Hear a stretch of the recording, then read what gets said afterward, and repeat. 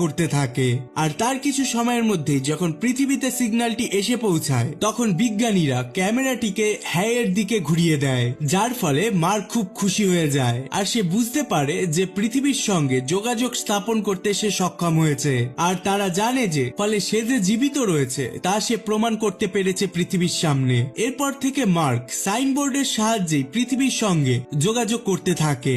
আর তখন মার্ককে এটাও জানানো হয় যে তার জন্য যত দ্রুত সম্ভব খাবার পাঠানো হবে। কিন্তু তখন মার্ক তাদের কাছে জানতে চায়, আমার যে সঙ্গীরা পৃথিবীর দিকে রওনা হয়েছে তাদেরকে কি জানানো হয়েছে যে আমি এখনো জীবিত রয়েছি? কিন্তু তারপর পৃথিবীর বিজ্ঞানীরা মার্ককে জানায় মার্কের সঙ্গীদেরকে যত দ্রুত সম্ভব তার সম্বন্ধে জানিয়ে দেওয়া হবে। আর ঠিক তেমনটাই করা হয়। মার্কের সঙ্গীদেরকে যখন তার ব্যাপারে বলা হয় তখন তারা সবাই হতাশ হয়ে যায়, কারণ তারা তাকে জীবিত অবস্থাতেই সেই মঙ্গল গ্রহে একা ছেড়ে চলে এসেছে।